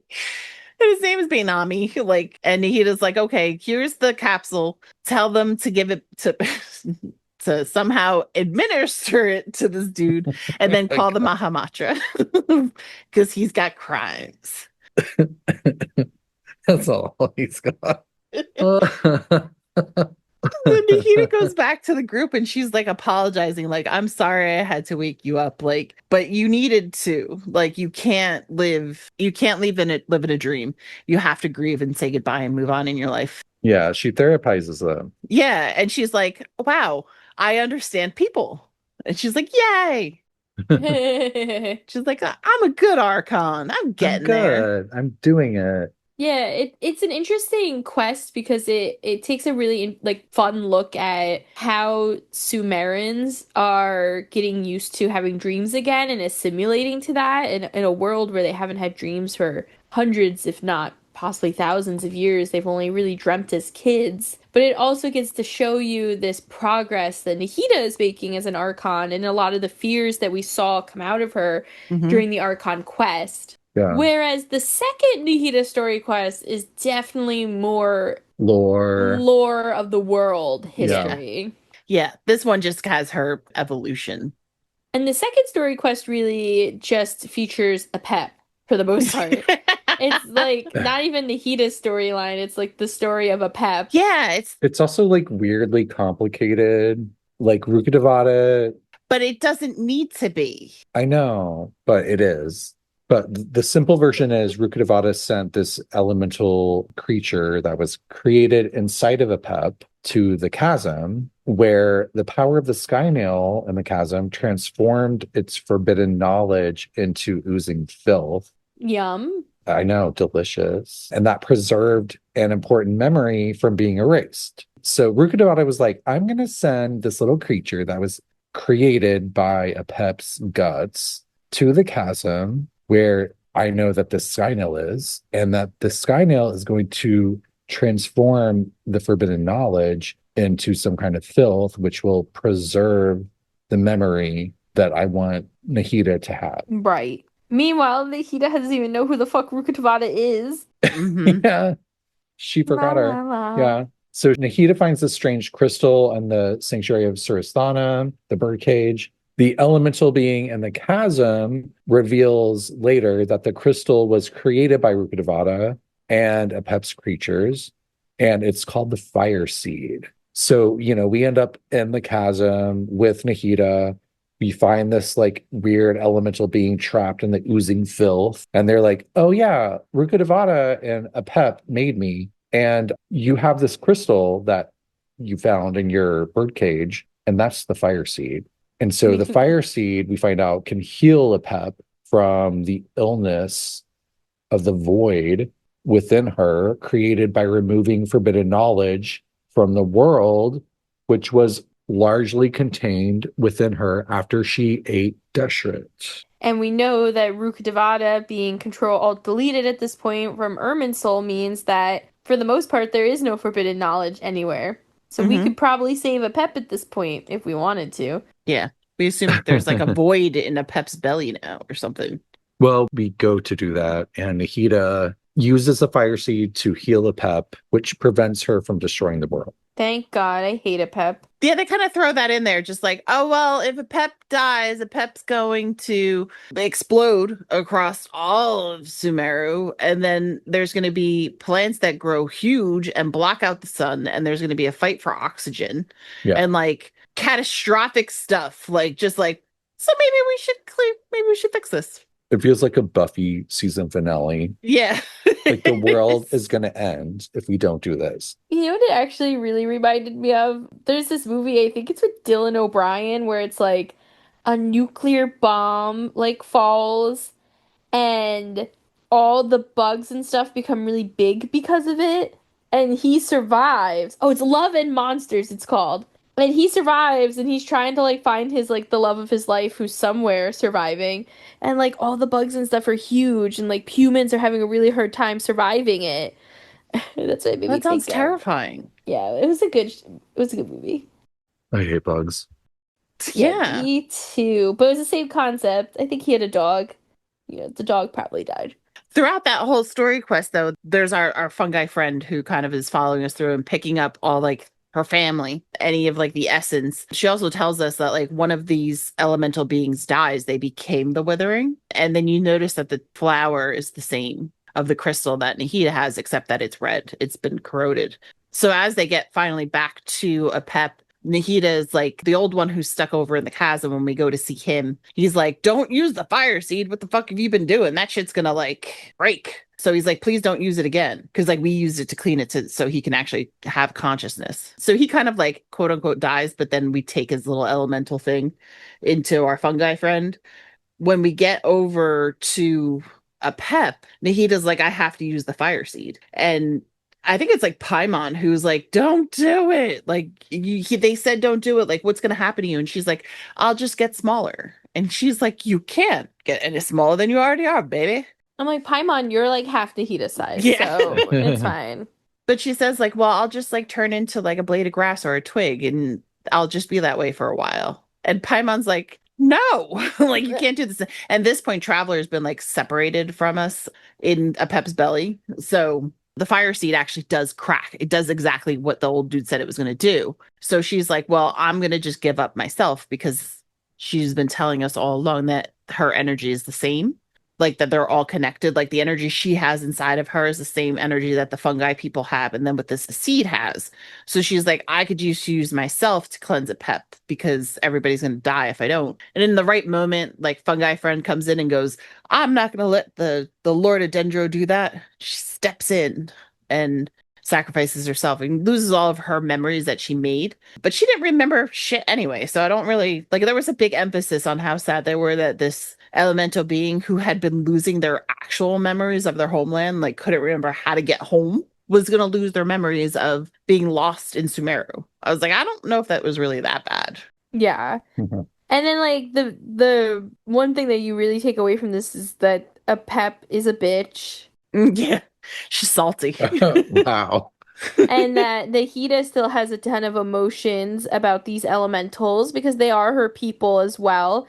So you're getting some more character development from Nahida. You're getting some world building with a pep and learning that a pep is one of the elemental dragons as well, assumed to be Dendro sovereign, we would say.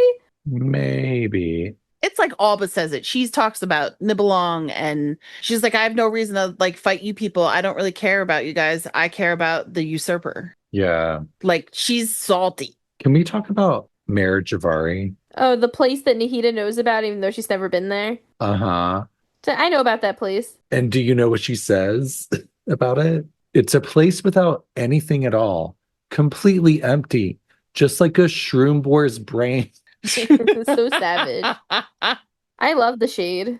I love the shroom Yeah, wars. just in case you thought that she thought, has benevolent thoughts about all of her creatures. And Absolutely not.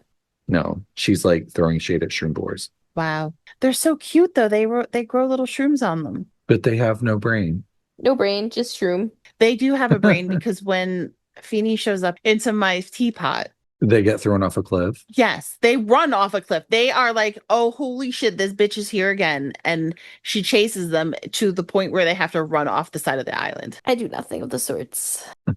They remember Amanda her. is Nahida. No. Yeah. Anyway, Mari Javari aside, there's a lot of lore and a lot of quests that come into play with Nahida, and we just went through the three biggest ones. Now, Nahida is a part of many, many, many, many things. She has a small cameo in Yoimiya's story. She is also in her newest birthday quest where they actually throw her a real birthday party, which is so sweet. Like, thank you guys for Yeah, caring. I love that one. She's mentioned a lot, but she's not in everything. But she's there. She's there. She's there, and she's surviving. Now, Nahida is not well known, but known at the same time amongst her people now.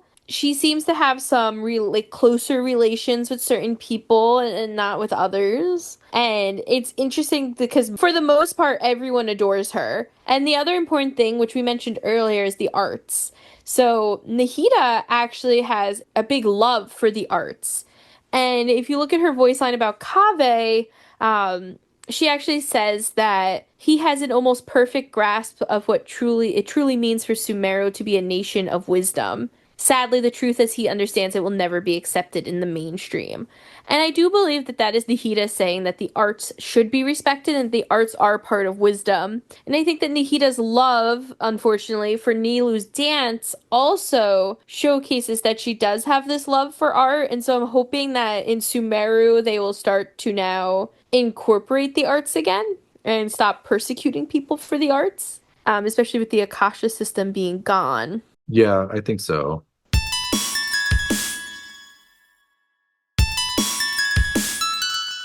Now, generally speaking, the people love her. They really do have a good look of, like, they do enjoy her. Sino, Tainari, Alhaitham, Nilu, Dory, even. They have all good things to say, although Dory's like, if she paid me, I'd be a loyal believer. I'm like, all right, Dory, calm down. Dory also tried to buy the palace off of the sanctuary off of her, just so you guys know. Of course she did. Yeah, of course she did. But there's one character whose thoughts about Nahida really stick out to me, and it's actually a newer person, and that is Mizuki. So Mizuki, who travelers, you might know her as the owner of the bathhouse over in Inazuma. She's launching a bathhouse in Natlan. She also is a good friend of Yae Miko's. She is a yokai. But she basically suggests that Nahida is inside of every single person's head in Sumeru. She says, I visited Sumeru before. Within the borders of her authority, it's impossible for me to make contact with anyone's dreams, much less affect or consume them. Her presence isn't oppressive, however. What I sensed felt more like a solemn promise between a god and her people. And my impression is that she must be a very kind-hearted god. But it's almost like Nahida's cock-blocking people from going into her people's minds. And I find that very interesting because with the recent anecdotes that we get, one of them is Layla going to Inazuma to work with Mizuki. And I just think that that's really interesting because after reading the Mizuki storyline, you're like, oh, Layla had to leave Sumeru to even get help from Mizuki. Yeah, that's interesting. It's also creepy, like having a god in your head.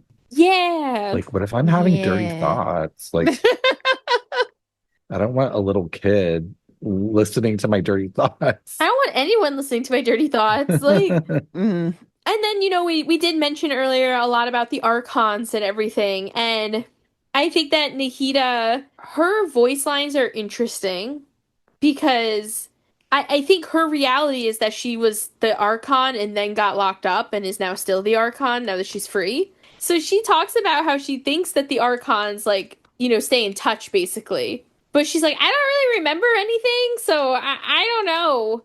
But now I'd really like to get to know them. Do you think they'd enjoy like a game night? And you're like, what? Like, you're trying to play Monopoly with the Archons? And she even says at one point, she's like, I, thought maybe hopscotch would be fun, but then if I draw the boxes too small, they'll think I'm cheating because I'm the only one that's little.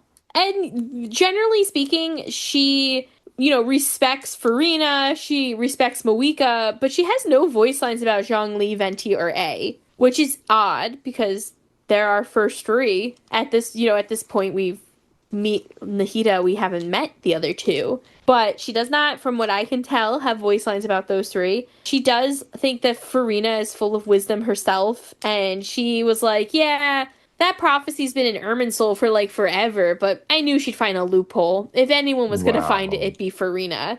And then with Mawika, she's like, after the Cataclysm, both of our nations were really wrecked.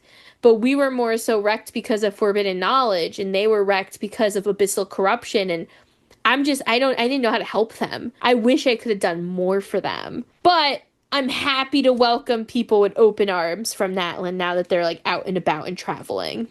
Meanwhile, Venti and Zhongli all have voice lines about her. Zhongli calls her the god of wisdom and says that she has this duty to guard Irminsul and that, all of Teyvat should really be like kissing her ass, basically, because of what she's done. Venti, as I said earlier, thinks that they're on the same level and thinks that they should be besties. And A thinks that she's a gentle god. But then there's the one other guy who matters in that, and that's Nuvalet. Nuvalet, despite knowing what happened with Nahida and knowing how terrible it is, to be locked away for 500 years, not living your life for 500 years, because, I think that happened to his good friend Farina. He's, 500 years of torture, right? He still says, quote unquote, that she will have to be put on trial by him.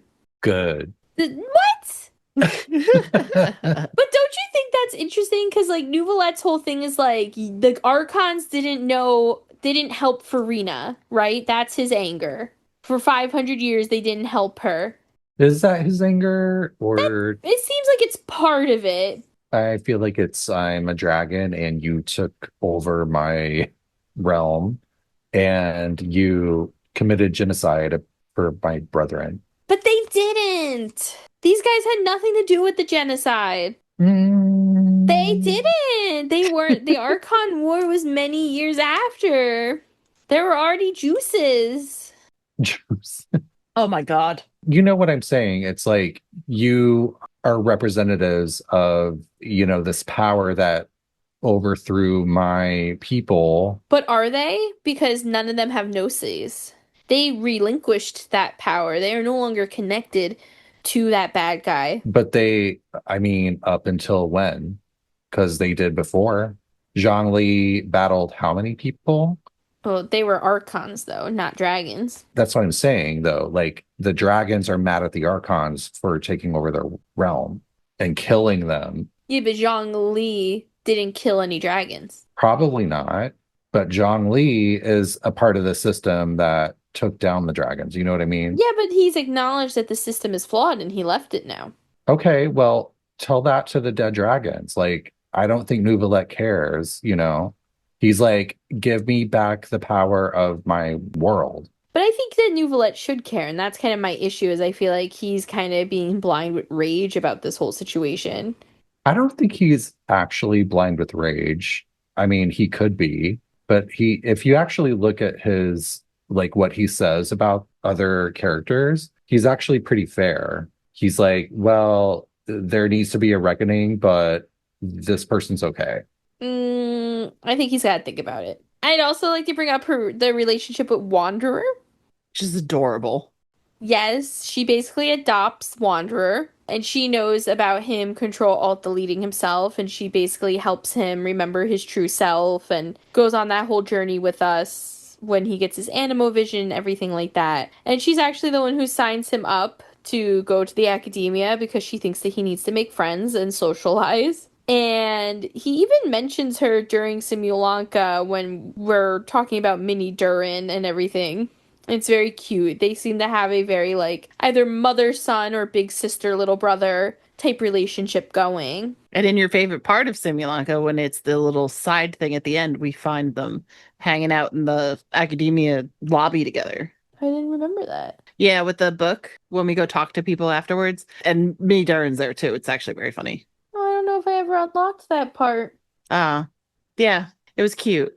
Now, I will say that Wanderer, he thinks that she has ulterior motives for keeping him around. But he's also kind of just being sinister, I think, because of his personality in general. And he kind of admits to that in his voice line. He's like, what? I can't trust people. Humans. And he's like, let alone a god. My mother was a god. And then she has a voice line about the balladeer, and in it she says, we only yearn for the skies because we cannot fly. As we said earlier, Nahida really I don't know if we actually said it earlier, but Nahida loves to talk in tongues. Which is, I guess, why her and Venti get along so great. She loves, coming up with shit like this. It's probably why she thinks Sino's jokes are so funny. By the way, she will explain a Sino joke to you if you don't get it. So don't worry. If Sino goes, "Did you get it?" And you're like, "Yeah," Nahida will be like, "But did you really get it? Because I can explain it to you." I'm here for assistance. Yes. Now, I'm going to kind of digress a little bit away from people and everything. And I'd actually like to talk a little bit about Nahida's constellation, Sapientia Oromastis. So that is the constellation. Say that 10 times fast. Absolutely not. So that, when you translate it in Latin, means the wisdom of Ahura Mazda, which is also A Mazda. Ahura Space Mazda. Yeah, like the car, I guess. Now, in Zoroastrianism, Ahura Mazda is actually a creator god and is, someone who created the world. And Zoroastrianism is like a very old religion from Iran. So does that mean that you could roughly translate this to the wisdom of the primordial one? Because we know that the primordial one is a creator god in the end. That's interesting. So does Nahida represent the wisdom of the primordial one? I don't think so, because she's awake. But that doesn't mean she can't represent the wisdom, though. Because the primordial one is still sleeping, right? True. Yeah. Yeah, I was just joking. Oh, I was like, I mean, I get it. I was taking you seriously, B. I was like, Nahida is awake. You're right. But that doesn't mean she can't have the wisdom of a sleeping beauty. And then the other thing I found kind of interesting was that her name card is a crescent. That's what they call it, crescent. And the description says, the rising moon admires the sun because her light can shine all over the earth. On the other hand, the setting sun is envious of the moon, for she can be accompanied by the sweetest of dreams. Interesting. She calls herself the moon Mm-hmm. during the Archon Quest. Doesn't that make you feel like maybe Rukkhadevata is a moon sister?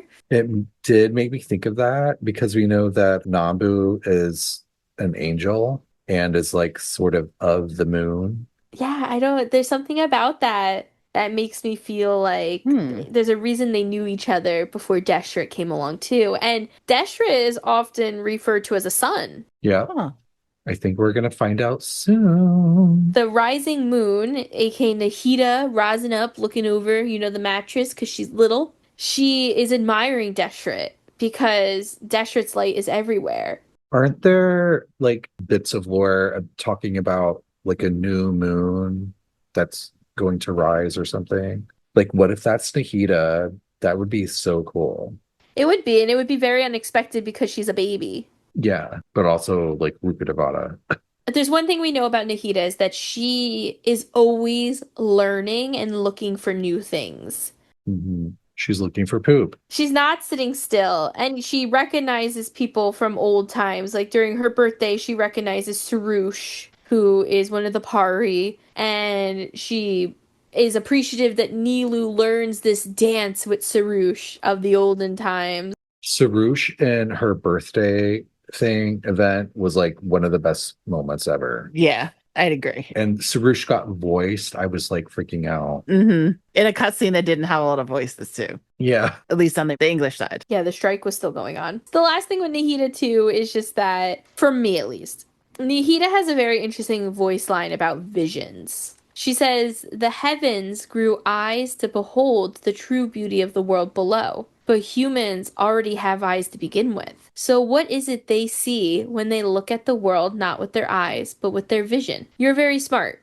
Can you figure out what the answer is? It's very interesting. It's like a riddle. We know that she likes that kind of, well, you kind of said it before too, but even with like her little story that she puts into Irminsul to like remember shit, she gets a little philosophical with it. But yeah, I don't know. I mean, the idea of the heavens are growing eyes to hold the true beauty of the world below. It just makes me think of Renova. Renova, yes, with her eyes everywhere. Oh. And that's something that you wouldn't have thought of when Nahida first came out and you were reading her voice lines. Yeah. So, but if humans already have eyes to begin with, they're already seeing the beauty of the world, then what is it they see when they look, not with their eyes, but with a vision? And the vision being a power bestowed upon them from the gods. Are they jaded in what they're seeing because they have a vision?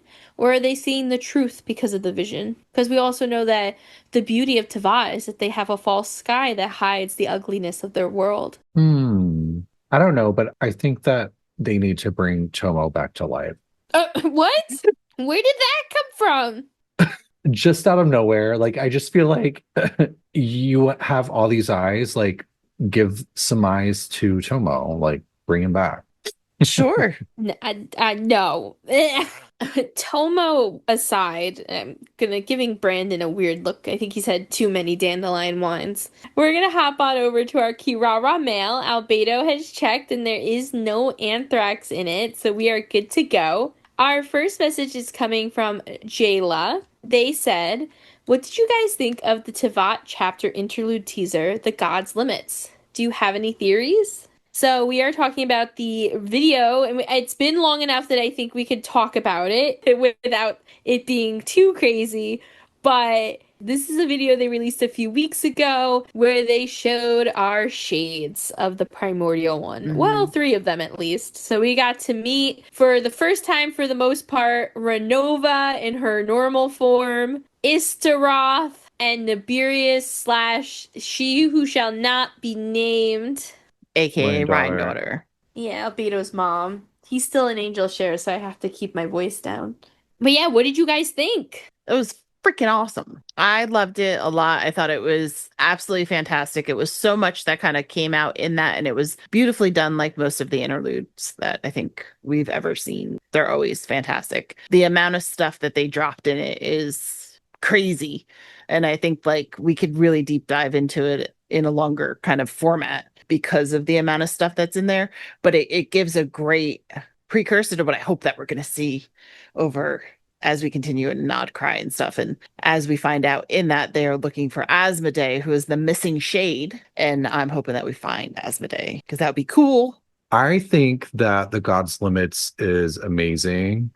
And I think that it came at just the right time because I feel like people are kind of bored by Natlan and they're like, show us something that makes us want to keep playing this, you know? And I think Hoyo is like, yeah, here you go. I think that it proves some lore stuff that even we were questioning, which I think that it proves that the Heavenly Principles or the Primordial One, you know, they quote unquote cast 4 shades that exist alongside themselves, which we were always like, is it 3 shades plus the Primordial One? Or is the Primordial One like one of the 4 shades? Well, no, it's like 4 shades plus the Primordial One. So there's 5. So I think that's like really important. And I think that we know that the Shade of Space, aka Asmodee, who separated us from our twin at the start of the game, is missing. The other shades wonder if she's changed sides because she loves her new leader more than herself. Yeah. Which, who is her new leader? I know that a lot of people think that that might mean that Paimon is Asmodee and Paimon is like in love with us more than, you know, being a shade.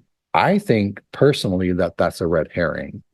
I think that the Shade of Space is possibly on the Saritsa side. That would make sense.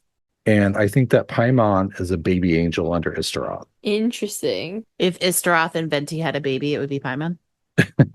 Well, I mean, like maybe an angel that like had her powers sort of sapped and shrunk down like Nahida. Yeah, which Fiends and I have talked about a lot about the whole thing of Asmodee. If Paimon is Asmodee, if she used up those powers in some way or was forced to use them up in some way, could she have done the Nahida Shrinky Shrink and the Guoba Shrinky Shrink and turn into Paimon? And that's why, because one of the things that happens with Nahida is that she lost her memories as well. And we know that Guoba lost his memories. So Paimon's already told us that she is a god. Whether or not she was joking or not is up to her interpretation.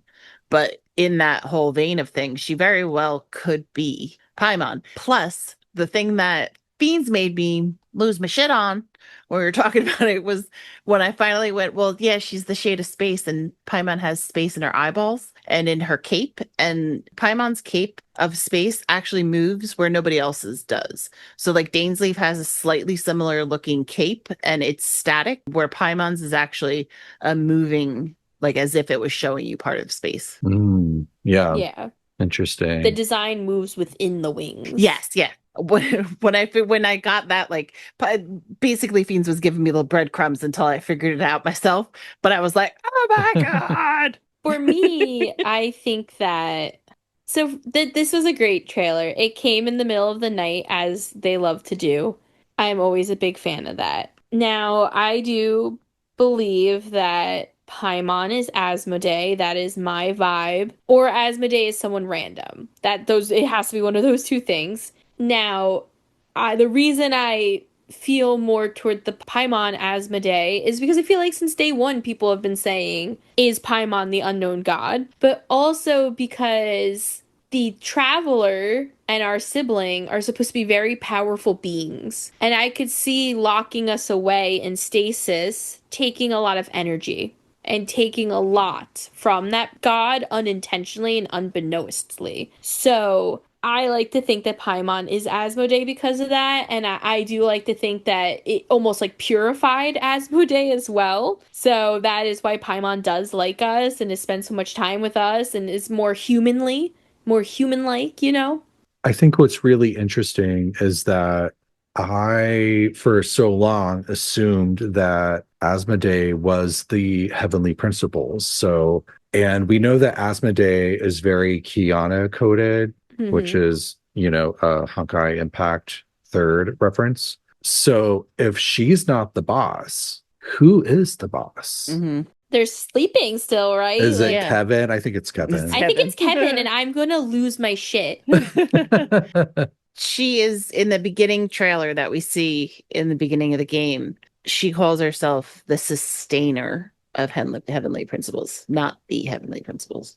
Yeah. So it's always kind of leaned toward the side of, oh, she's the heavenly principles. But that word before it changes so much at this point. Yeah. Because all the shades would be sustainers of the heavenly principles. Now, there's a few other things I'd like to just say about the trailer that really piqued my interest right away. And one of the first things I said to anyone was, holy shit, the Venti voice actor is the same as Istaroth's in every language. So there's something very pointed about that. That is on purpose. I also find it very curious. Renova and Hu Tao have similar eyes. And Renova's wings are also in a similar shape that resembles the Staff of Homa, which is Hu Tao's weapon. And we also know that Hu Tao is kind of like a guardian of life, the barrier between life and death, and that her family has kind of been given that blessing of sorts.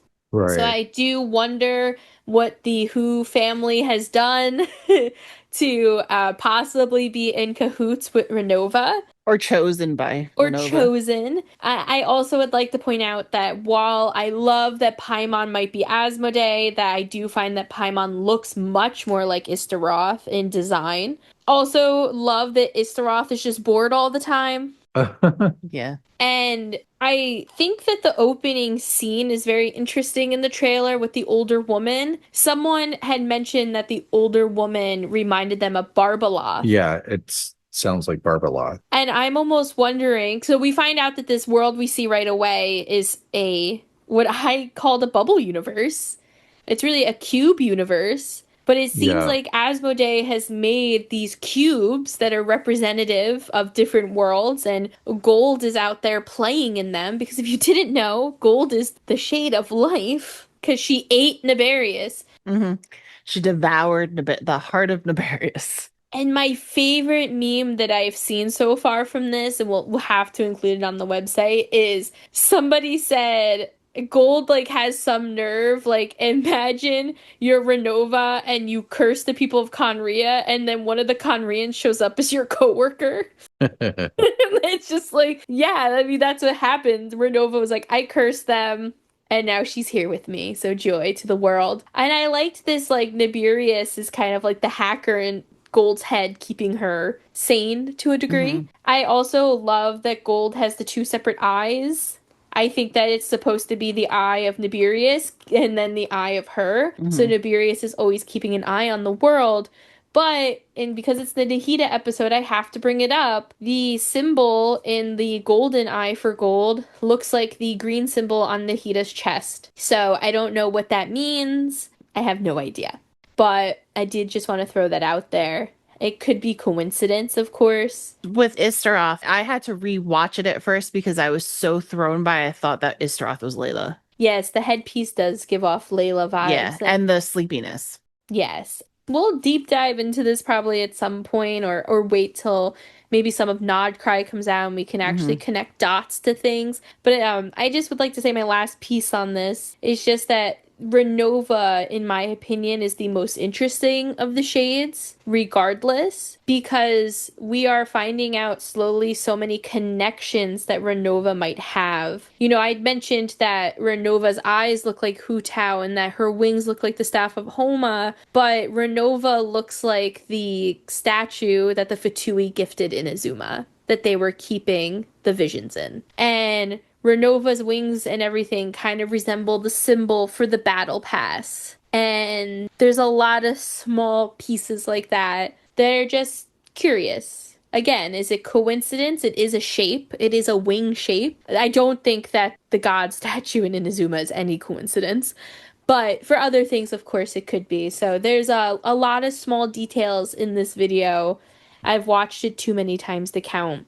But thank you, Jayla, for the question about it. Thank you. There's obviously a little bit more to this trailer, too, that just goes beyond the god part, and that is the fact that Piero is in it, who's apparently giving the evil stink eye over to Renova, which is could be a little connection into why the statue in Inazuma looks like her, because he obviously has some kind of past with her. And since the Fatui gave it to them, or made it, it would kind of make sense. But the one little last piece that we see in it is that one of the Fatui harbingers, which is the damselet, is over in just hanging out somewhere. She's stuck over like Nodcry, and they have to like go get her. But the one thing that I think is neat, she kind of glitches like Arlecchino does in that trailer. So that'll be cool to see if there's some kind of connection there, whether or not it's a Conrian connection or it's a bigger connection of their kind of like, are they mimics of themselves? Are they, what would it be called? Like if you were like showing like like what Luke Skywalker does in the last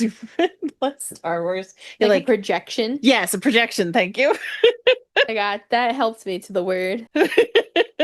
Thank you. Yeah, so that's all interesting. But thank you. Yes, thank you, Jayla. There's a lot of fun in this. Thanks, Jayla. Our next message comes from Glitchy, and they said, while listening to the Diona episode, I noticed that we have a cat-centric quest every odd-numbered nation. In Mondstadt, we have Prince. In Inazuma, we have Neko. And in Fontaine, it's Cassiodor. So we'll probably end up getting another quest in Nodcry or Shesnaya involving a cat. So my question for you guys, based off of Glitchy's question, is what type of cat quest would you like to see? Like, in Nodcry or Shesnaya? I hope that it's a talking cat and that I can pet them. That's all I need. Okay. I hope that it's Cassiodor traveling to Nodcry. What would he be doing in Nodcry? Helping. Saving the world. Maybe he has a cape. Oh my god. Oh. No capes. Well, it's cold there. He needs some kind of jacket. Yeah. Not with the machinery over there. He's gonna get sucked up like in the Incredibles. For me, I want something very domestic. I want Child's family to own a cat. Oh my god. I want like the cat to go missing and we like have to do something with Tusser.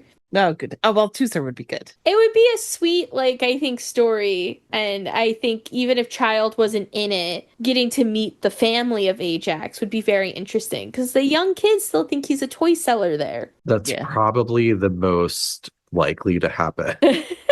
Oh, good. Because that's what I fucking want. Give me what I want, game.